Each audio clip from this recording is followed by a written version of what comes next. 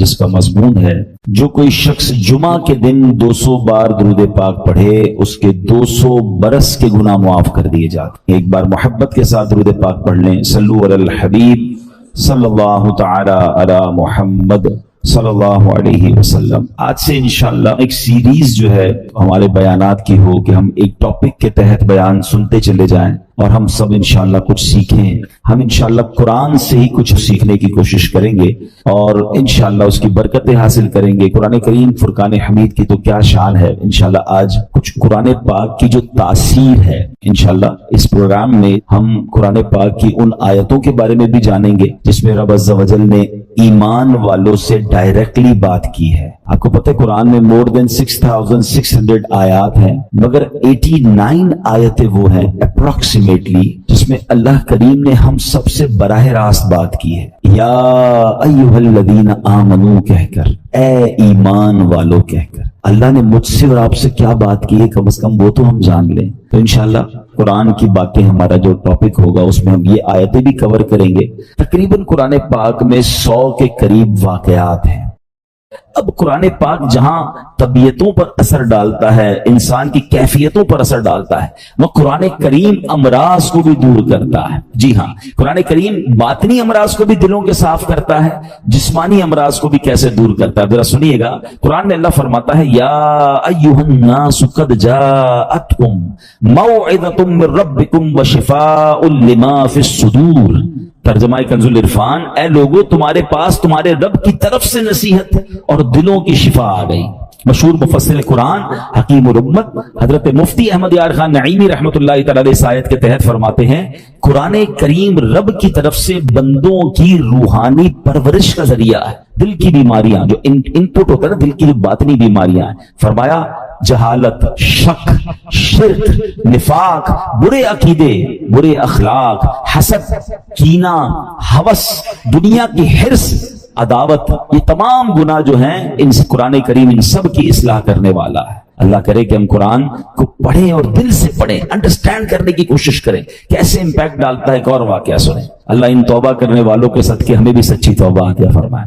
علامہ ابن جوزی رحمۃ اللہ تعالی لکھتے ہیں ایک عبادت گزار بزرگ تھے، 40 سال تک بر اعظم افریقہ کا بڑا مشہور ملک سوڈان، وہاں ایک غار میں رہ کر اللہ کی عبادت کرتے تھے۔ کہتے ہیں میں اس غار میں تھا تو ایک شخص اس غار میں آ گیا اور اس کے پاس کھانا بھی تھا، شراب بھی تھی۔ وہ آ کر بیٹھ گیا، اس نے مجھے دیکھا نہیں، میں اسے نظر نہیں آ رہا تھا، تو اس نے شراب پینا جب جیسے شروع کی، برتن اٹھایا تو میں نے اونچی آواز میں قرآن پاک کی یہ آیت تلاوت کی۔ یہ آیت جو ہے نا کئی لوگوں کی توبہ کا سبب بنی ہے۔ بڑے بڑے بزرگ جو ہیں جو بدلے ہیں، جو ان کی لائف کا ٹرننگ پوائنٹ تھا نا، وہ یہ ایک قرآن پاک کی آیت ہے۔ کبھی موقع ملا تو میں انشاءاللہ اس آیت کو مزید اس کے واقعات بیان کروں گا۔ حضرت کہتے ہیں کہ میں نے اس شرابی کے سامنے غار میں بیٹھ کر قرآن کی آیت پڑھی۔ ذرا اس آیت کا ترجمہ بھی سنیے گا۔ آیت کیا ہے؟ پارہ 27 ہے، سورہ حدید، آیت نمبر 16۔ اللہ فرماتا ہے الم یأن للذین آمنوا ان تخشع قلوبہم لذکر اللہ۔ کیا ایمان والوں کے لیے ابھی وہ وقت نہیں آیا کہ ان کے دل اللہ کی یاد اور اس کے حق کے لیے جھک جائیں؟ کیا اب بھی وہ وقت نہیں آیا؟ قرآن نے گویا ہلایا ہے، جھنجھوڑا ہے۔ اب اس زمانے کے لوگ تو عربی سمجھتے تھے، تو وہ کہتے ہیں جیسے ہی میں نے وہ آیت پڑھی تو نوجوان رک گیا شراب پینے سے، دائیں بائیں دیکھا، اس کو کوئی نظر نہیں آیا۔ جیسے ہی دوبارہ اس نے برتن شراب کا اٹھایا، میں نے پھر یہ آیت پڑھی الم یأن للذین آمنوا ان تخشع قلوبہم لذکر اللہ۔ کیا ایمان والوں کے لیے ابھی وہ وقت نہیں آیا کہ ان کے دل اللہ کی یاد اور اس کے حق کے لیے جھک جائیں؟ اب کی بار تو جب قرآن کریم اس نے سنا تو اس کے دل میں یہ باتیں تاثیر کا تیر مطلب بن کر اتر گئی، ہاتھ سے شراب گر گئی اور کہنے لگا بلا واللہ قد آن، کیوں نہیں، خدا کی قسم وہ وقت آ گیا ہے، میرا دل اللہ کی طرف جھک گیا ہے۔ بس یہ کہتا جا رہا تھا، وہ غار سے نکل گیا۔ وہ بزرگ کہتے ہیں پیچھے پیچھے چلنے لگا کہ دیکھو اس کی توبہ کیا رنگ لاتی ہے۔ اس کی زبان پر ایک ہی جملہ ہے بلا واللہ قد آن، کیوں نہیں، خدا کی قسم توبہ کا وقت آ گیا ہے۔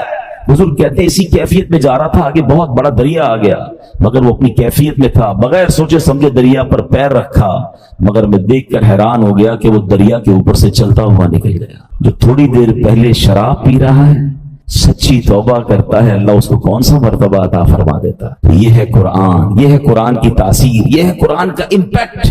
ہمارا پرابلم یہ ہے کہ ہمارے گھروں میں برسوں سے قرآن ہے، شاید ہر سال قرآن خوانی کرتے ہیں، پورا ہر سال رمضان میں تلاوت کرتے ہیں، بٹ ہم انڈرسٹینڈ نہیں کرتے، اس کو سمجھنے کی کوشش نہیں کرتے، اس کا ایکسنس، اس کے عطر لینے کی کوشش نہیں کرتے. ورنہ واللہ جس دن آپ قرآن سمجھ کر پڑھنے لگ گئے آنکھوں سے آنسو نہیں رکیں گے. جن کو کچھ قرآن سمجھ آتا ہے نا، جب کبھی امام صاحب تلاوت کر رہے ہیں اور کسی ایسی قرآن پاک کی خوبصورت آیت پر پہنچتے ہیں، سورت پر پہنچتے ہیں، جی نہیں چاہتا امام صاحب رکوع میں جائیں، جی چاہتا یہ اور پڑھتے رہیں، اللہ کی باتیں اور بتاتے رہیں. تو میرے پیارے اسلام وہ یہ ہے قرآن، اور یہ ہے قرآن کا خزانہ. اچھا اب میں چاہوں گا کہ انشاءاللہ قرآن پاک ہماری باڈی پر کیا امپیکٹ ڈالتا ہے. کئی لوگ بیمار ہوتے ہیں، ہم میں سے بہت سارے لوگ بیمار ہوں گے. قرآن میں ہمارے جسمانی شفا کیسی ہے اب ذرا یہ سنیے گا. قرآن پاک میں خود رب فرماتا ہے وَنُنَزِّلُ مِنَ الْقُرْآنِ مَا هُوَ شِفَاءٌ وَرَحْمَةٌ لِّلْمُؤْمِنِينَ. اور ہم قرآن میں وہ چیز اتارتے ہیں جو ایمان والوں کے لیے شفا اور رحمت ہے. اللہ پاک کے آخر نبی علیہ الصلوۃ والسلام فرماتے ہیں خیر الدواء القرآن، یعنی بہترین دوا قرآن کریم ہے. قرآن کی مختلف آیتیں ہیں، مختلف صورتیں ہیں، جس کو پڑھ کر دم کیا جائے اپنے آپ پر یا مریض پر تو اسے کیسے شفا ملتی ہے. اور یہ صحابہ کرام کا طریقہ، خود نبی پاک علیہ الصلوۃ والسلام کا معمول کیا تھا. سنیے پیارے آقا علیہ الصلوۃ والسلام کا یہ معمول کہ صحابہ کرام اور بڑے بڑے اولیاء کرام تقریباً 1450 صدیوں سے امت کے مجربات یعنی تجربہ شدہ کاموں میں ہے کہ قرآنی آیات پڑھ کر دم کیا جائے تو اللہ پاک شفا عطا فرماتا ہے. مسلمانوں کی امی جان بی بی عائشہ صدیقہ رضی اللہ تعالیٰ عنہا فرماتی ہیں کہ نبی پاک علیہ الصلوۃ والسلام کے اہل خانہ میں سے جب کوئی بیمار ہوتا تو آپ علیہ الصلوۃ والسلام معوذات یعنی سورہ فلق اور سورہ ناس پڑھ کر اس پر دم کیا کرتے تھے. تو میں آپ سب کو مشورہ دیتا ہوں روز صبح اپنے گھر سے جب نکلیں یا فجر کی نماز پڑھیں اول آخر درود پاک سورہ فلق اور سورہ ناس پڑھ کر اپنے ہاتھ پر دم کریں اور پورے جسم پر پھیر لیں. اپنے بچوں پر اسکول جانے سے پہلے دم کریں، مدرسے میں جانے سے پہلے دم کریں. یہ گویا ان کا ایک حصار ہے. رات کو سوتے وقت یہ عمل کر لیں، یہ خود نبی پاک علیہ الصلوۃ والسلام کا عمل ہے. یہ انشاءاللہ بلاؤں سے مصیبتوں سے آپ کی حفاظت بھی کرے گا اور یہ بیماریوں کو بھی دور کرے گا. ایک مرتبہ ایک صحابی نے بچھو کاٹنے پر سورہ فاتحہ پڑھ کر دم کیا، اللہ پاک نے اس مریض کو شفا عطا فرما دی. ایک صحابی کے قبیلے میں ایک پاگل شخص تھا جس کو لوگ زنجیروں سے باندھ کر رکھتے تھے. صحابی رسول نے 3 دن صبح و شام 3 مرتبہ سورہ فاتحہ پڑھ کر دم کیا، اللہ پاک نے اسے پاگل پن سے شفا عطا فرمائی. اللہ کے کلام میں کمال ہے. ہم کاش اللہ کے کلام سے محبت کریں اور اس کی برکتیں لوٹیں. ایک بار حضرت عمر فاروق رضی اللہ تعالیٰ عنہ کو کیسر روم کے بادشاہ نے خط لکھا، میرے سر میں درد ہے اور دائمی درد ہے، ٹھیک ہی نہیں ہوتا ہے. تو حضرت عمر رضی اللہ تعالیٰ نے اس کو ایک ٹوپی بھیج دی. اچھا کمال یہ تھا جب وہ ٹوپی پہنتا درد ختم ہو جاتا، جیسی ٹوپی اتارتا درد پھر شروع ہو جاتا. اس بادشاہ نے کہا ہے کیا اس ٹوپی میں؟ جب اس ٹوپی کو کھولا گیا تو اس ٹوپی میں ایک کاغذ ملا جس پر بسم اللہ الرحمن الرحیم لکھا ہوا تھا. حضرت عمر نے لکھ کے بھیجا تھا. تو اس سے یہ بھی پتا چلا کہ تعویذات جو ہے اس میں کوئی حرج نہیں ہے کہ ان تعویذات میں اللہ کا نام ہو، اس میں قرآنی آیات ہوں. بعض اوقات ماد اللہ جادو اور اس طرح کی چیزیں اس سے تو کوئی تعلق نہیں ہے، مگر قرآنی آیات اللہ کے نام پاکیزہ ناموں سے الحمدللہ بہت برکتیں ملتی ہیں. اور یہ صحابہ کرام اور ہمارے بزرگوں کے طریقے سے ثابت ہے. علماء کرام نے احادیث کی روشنی میں اور اپنے تجربے سے قرآنی سورتوں کی الگ الگ تاثیریں بیان کی ہیں. اب سنتے جائیے. سورہ فاتحہ 100 مرتبہ پڑھ کر جو دعا مانگی جائے وہ دعا قبول ہو جاتی ہے. سورہ بقرہ کی تلاوت سے شیطان گھر سے بھاگ جاتا ہے. آیت الکرسی پڑھنے سے محتاجی دور ہوتی ہے. سورۃ الکہف کو ہمیشہ پڑھنے والا دجال کے فتنوں سے محفوظ رہے گا. والدین کی قبر پر ہر جمعہ سورہ یاسین کی تلاوت کرنے سے اس کے حروف کی تعداد کے برابر یعنی پڑھنے والے کے گناہ بخش دیے جاتے ہیں. سورہ دخان پڑھنے سے مشکل دور ہوتی ہے. جو مرنے کے قریب ہو اس پر سورہ جاسیہ کا دم کرنے سے انشاءاللہ ایمان پر موت نصیب ہوگی. سورہ حجرات کا پڑھنا اور دم کر کے پینا گھر میں خیر و برکت کے لیے مفید ہے. سورہ قاف، کئی لوگ ہوتے ہیں جن کی فصلیں ہوتی ہیں، باغ ہوتے ہیں، تو اس کے بارے فرمایا کہ سورہ کاف پڑھنے سے باغ میں پھلوں کی کثرت ہوتی ہے.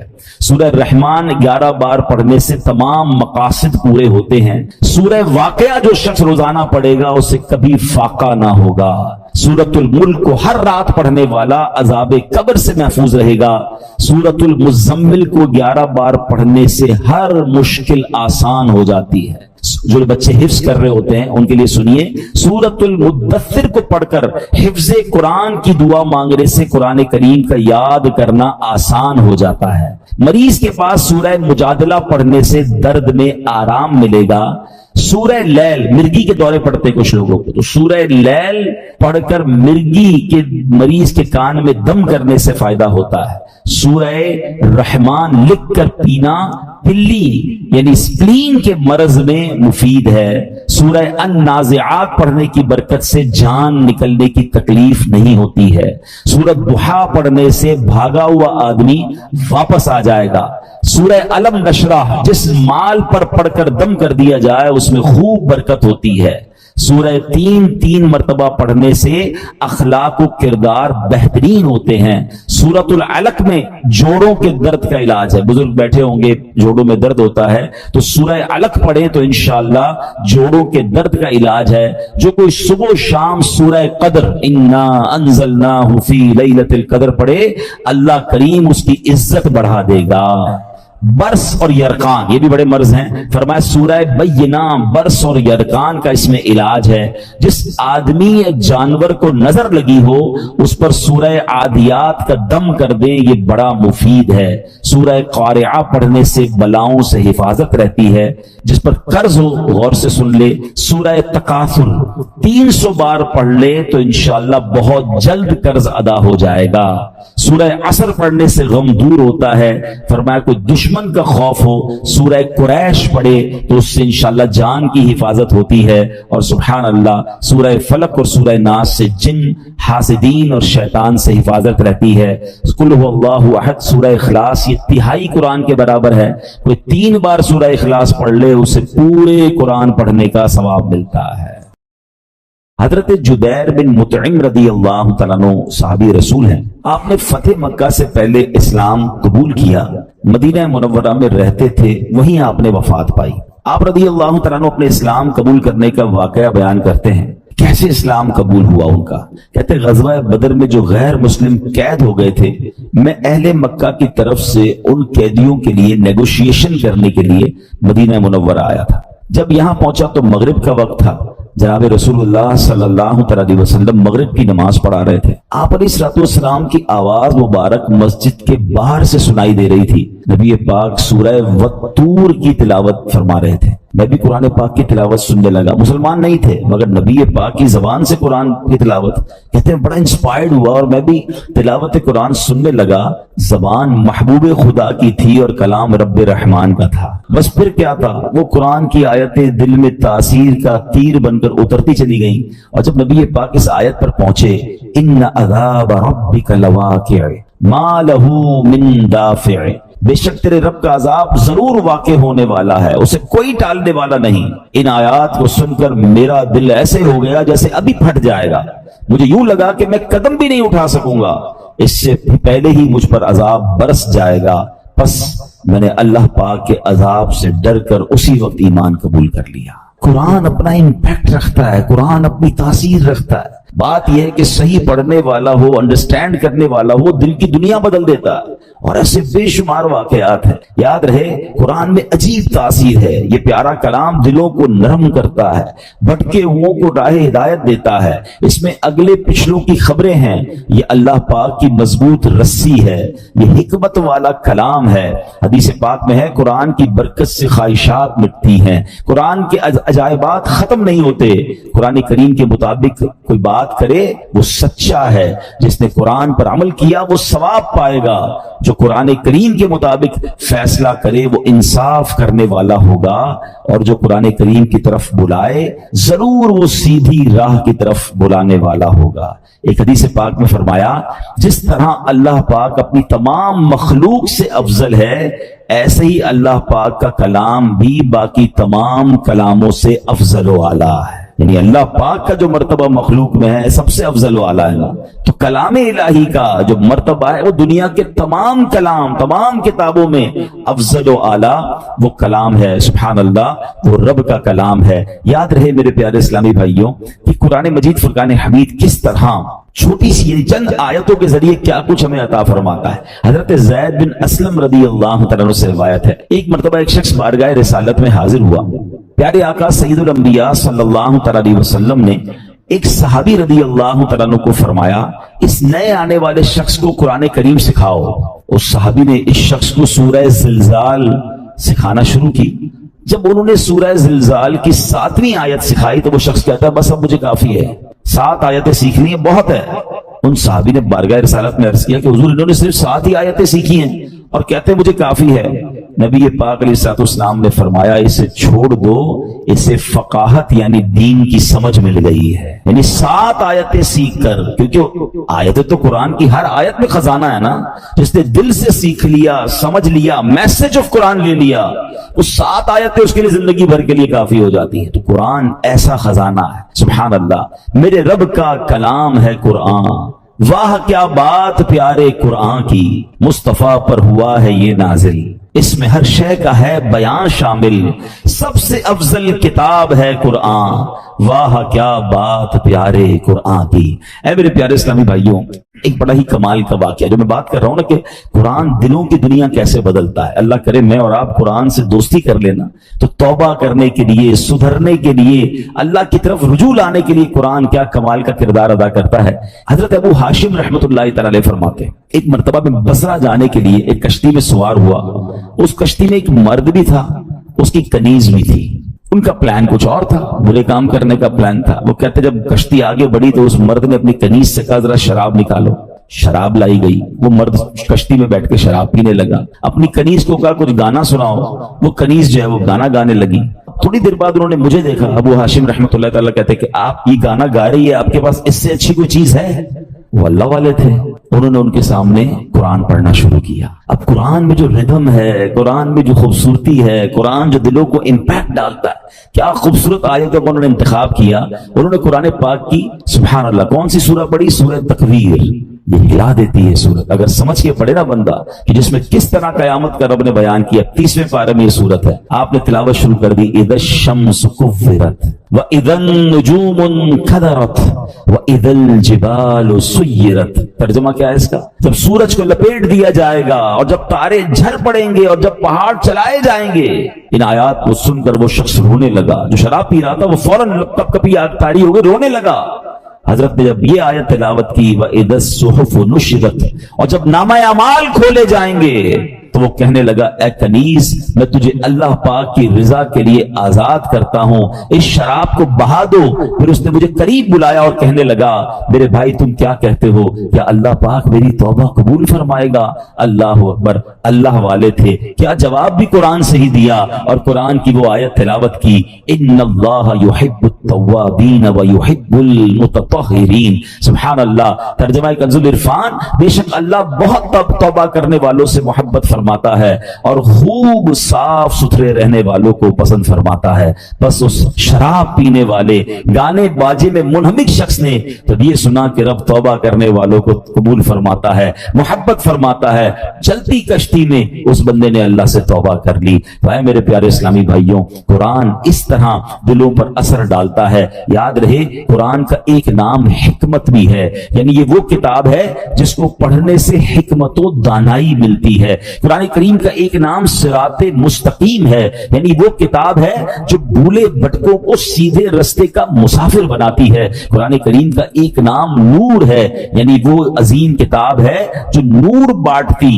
اور دلوں کو روشن کرتی ہے. ایک صحابی رسول ہیں حضرت ثابت بن قیس رضی اللہ تعالیٰ. ان کا گھر جو ہے وہ رات بھر چمکتا رہتا تھا، روشن رہتا تھا. آج کل تو ہمارے گھروں میں لائٹیں ہوتی ہیں، اس زمانے میں تو لائٹیں نہیں ہوتی تھی. لوگ رات کو چراغ بند کر دیتے تھے کیونکہ رات کو لائٹ کی ضرورت نہیں ہوتی تھی. تو لوگ حیران ہوتے تھے کہ حضرت ثابت بن قیس کا گھر کیوں چمکتا ہے. سرکار دو عالم علیہ السلام کی بارگاہ میں گئے.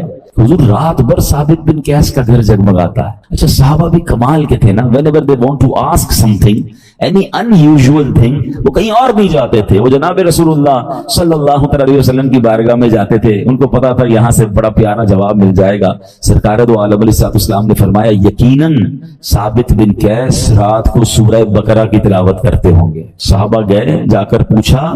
ثابت بن قیس نے کہا کہ ہاں میں واقعی گھر میں رات کو سورہ بقرہ کی تلاوت کرتا. تو یہ ہے قرآن, یہ ہے قرآن کا نور. سبحان اللہ. چھوڑو یہ ظلمتوں کے شکوے کرو نہ ہر دم, چھوڑو یہ ظلمتوں کے شکوے کرو نہ ہر دم, ہے روشنی کی خواہش قرآن پڑھ کے دیکھو. تو قرآن